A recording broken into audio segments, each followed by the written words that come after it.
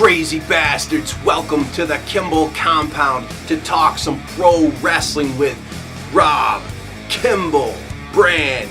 And as you can see, we're going to be talking about championships, and with the rumors stirring about the looks of the Universal Championship and the new SmackDown brand WWE World Championship with the blue and the red backgrounds.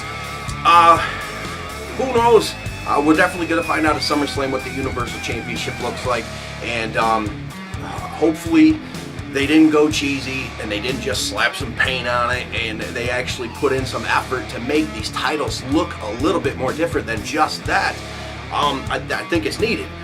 And that leads us to the Fave 5 championships of all time. 5 of them. Now guys, I want you to drop your Fave 5 championship belts down in the comments below, and let's figure out the majority.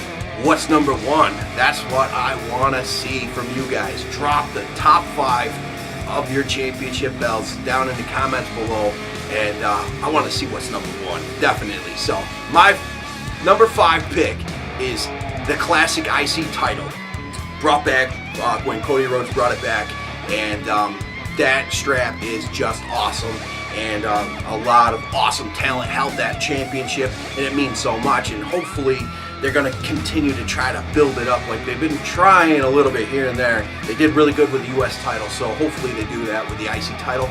A great look, basic, solid, awesome. Razor Ramon, Shawn Michaels, Stone Cold Steve Austin, Ultimate Warrior, just some of the greats out there. Macho Man Randy Savage. That belt is awesome. So then moving on to number 4, and I looked up a little information on some of these belts just to get a little insight from, you know, this when you're growing up as a kid, rumors on stuff. Well, anyway, this belt came in at $25,000 of cost. Who did pay for this belt did get a little bit of a deal because he worked out some kind of deal with the production of it, because they did something with their belt company, made all their belt buckles through them, so they got a deal.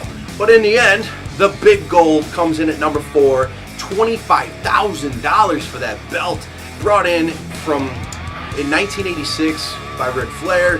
Ric Flair in the end ended up having to give the belt back. He was going to bring it to WWE, and he ended up getting his 25 grand back, and that's pretty cool. And there were 3 nameplates, Dusty Rhodes, Sting, and Ric Flair. Obviously, back in those days, they did have some nameplates on them.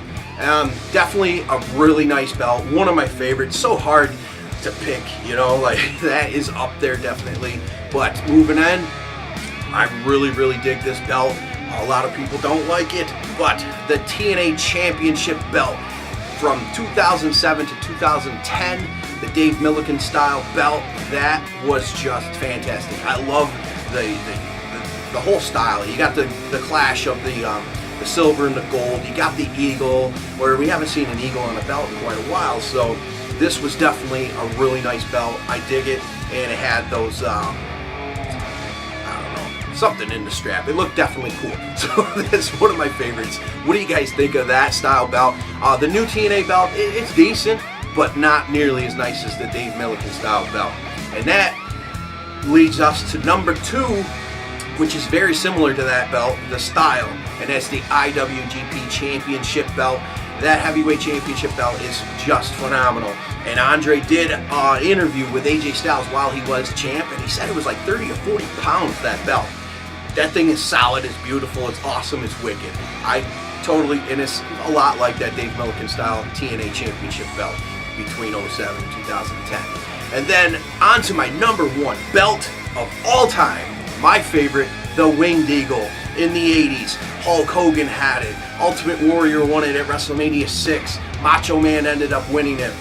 And a little bit of information about this: the belt was built for the size of for Hulk Hogan, and it originally had Hulk Hogan's name on it. And the belt was too big for Macho Man, so they had to remake the belt when Macho Man won it, and they had to add extra snaps to it because it didn't fit them. And then they ended up making a new belt, but they put Velcro on it to hold it there because there was no snaps to that other belt that Macho Man wore. And his brother Lenny Poffo still has the belt. And I guess back in the 80s, one of the Winged Eagles did get busted up, and Who knows where the hell it went, they said. So, but Lenny Poffo does still have Macho Man's belt with the Velcro. There's a lot of rumors that it was magnets or some shit I read. But anyway, that's my favorite belt of all time. And a little extra here. Tag Team Championships. What's your favorite? Mine, I personally really dig the TNA Tag Team titles. Those are just solid, basic, bold looking belts. Totally dig them. Awesome. So let me know what you guys think. Give me your fave 5. Drop them down below. Let us figure out what the majority brings up on number 1. So that definitely is cool. So with all this talk about belts, some confirmed information, the Cruiserweight division will have a belt. So we're going to have another championship come in when the Cruiserweights come on into Monday Night Raw, and that's going to be crowned on September 14th. So, I mean, we're only a month away from another belt. And then Daniel Bryan on Talking Smack has talked on both episodes about a new women's championship and tag team championships over on the Blue brand, and that's definitely awesome. Gives them something to fight for, something worth, busting your ass for. You go out there, you bust ass, and you go town to town to town, and that takes a toll, and there's got to be a prize in the end. You know what I mean? So definitely awesome. Can't wait to see that. And they're going to take their time and not just name it some stupid name like the Universal Championship. I dig that. Totally awesome. And what do you guys think? This whole blue and red belt thing, it's easy. Because, I mean, going from concept to production to manufacturing to getting it out there and marketing a new title is going to be really hard. I get it. So taking the original WWE Championship belt would be really easy and, just the easy way out in my opinion. But I hope we get shocked and surprised and it's something totally different and awesome. And it's got to make up for that shitty name. So let's see what happens at SummerSlam. Then rumors of the week.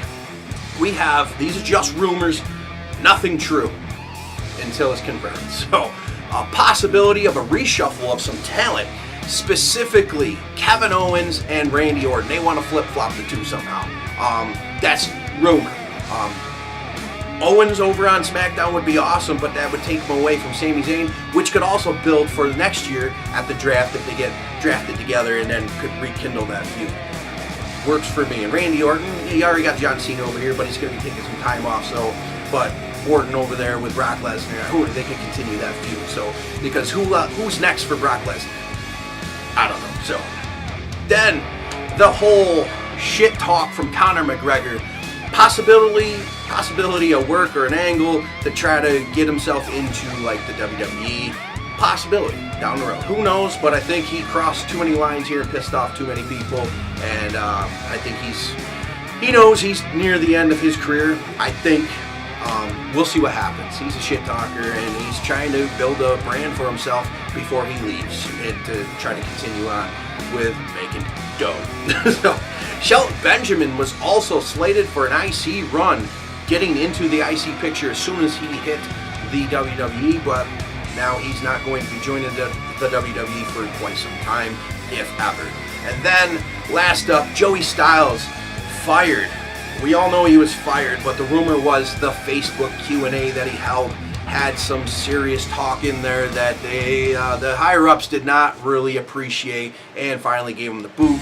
I think Dave Meltzer reported that he was on the bubble anyway. They were just looking for a reason to get rid of him. I don't know why, but Joey Styles is a great guy. Lots of heart and lots of talent. So, hey, he might get scooped up by another company and they're going to benefit from it. So that's just my opinion. And that wraps up this week. Give me your fave 5 in the comments below, and let's keep talking pro freaking wrestling. And check out the merch. Link is in the, if Andre puts it in the description, it'll be there. If not, yeah, it's right here. Anyway, I'll catch you guys next time.